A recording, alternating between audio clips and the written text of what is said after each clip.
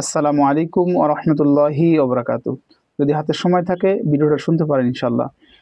মারা যাওয়ার পরে পিতামাতার উপর সন্তানের যে কর্তব্য এই বিষয়ের উপরে ছোট একটা আলোচনা। মুহিউস সুন্নাহ হযরত মাওলানা শাহ আবরারুল হক রাহমাতুল্লাহ আলাইহি সংকলিত একটি গুরুত্বপূর্ণ নসিহা। তিনি বলেন যে মৃত্যুর পরে সন্তানের ৭টি হক আছে।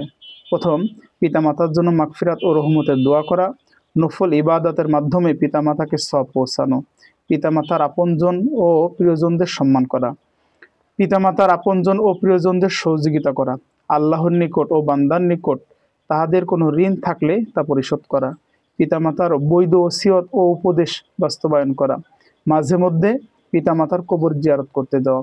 যেই ৭টি হকের কথা তিনি বলেছেন, মুহিউস সুন্নাহ হযরত মাওলানা শাহ আবরারুল হক রাহমাতুল্লাহ আলাইহি প্রথমতেই তিনি আনছেন যে পিতামাতার জন্য মাগফিরাত ও দোয়া করে। এখন পিতামাতার জন্য অবশ্যই সন্তান মাগফিরাতের জন্য দোয়া করবে। এটা সন্তানের উপর সবথেকে বড় দায়িত্ব। দুনিয়ার থেকে পিতা বিদায় নিয়ে যাওয়ার পরে সন্তানের উচিত পিতামাতার জন্য অবশ্যই দোয়া করা, নাম্বার ১।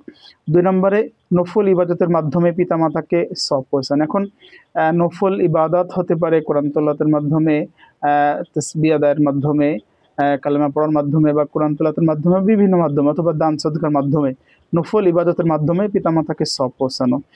৩ নম্বরে তিনি নিয়ে আসছেন যে পিতামাতার আপনজন ও প্রিয়জনদেরকে সম্মান করা, অর্থাৎ পিতার বন্ধু যারা আছেন বা কাকা বা এই ধরনের যারা আপনজন আছেন, পিতা মায়ের দিক দিয়ে মার খালা ফুফু, তাদের সাথে মায়ের সম্পর্ক খুব ভালো ছিল, এদের সাথে সুন্দর আচরণ করা, ভালো ব্যবহার করা।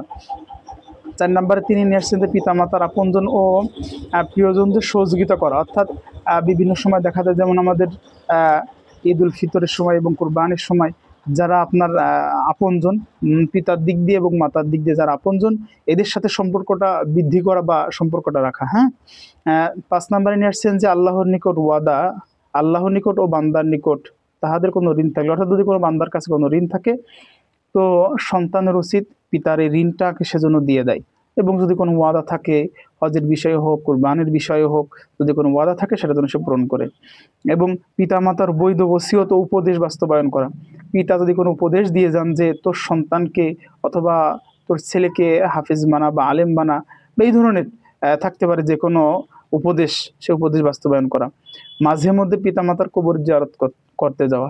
৭ নম্বরে যে বিষয়টা আসছে, আসলে পিতামাতাকে যখন আমরা কবর দিয়ে রেখে আসি এরপরে আসলে আর আমরা চেষ্টা করি না খোঁজ খবর নেওয়ার জন্য। তো আমাদের উচিত হবে যে কমপক্ষে সপ্তাহে আমরা ৭ দিন না পারি, প্রতি জুমার দিনে জুমার নামাজ পড়ে পিতামাতার কবরের পাশে যে দাঁড়ানো, তাদের জন্য একটু দোয়া করা।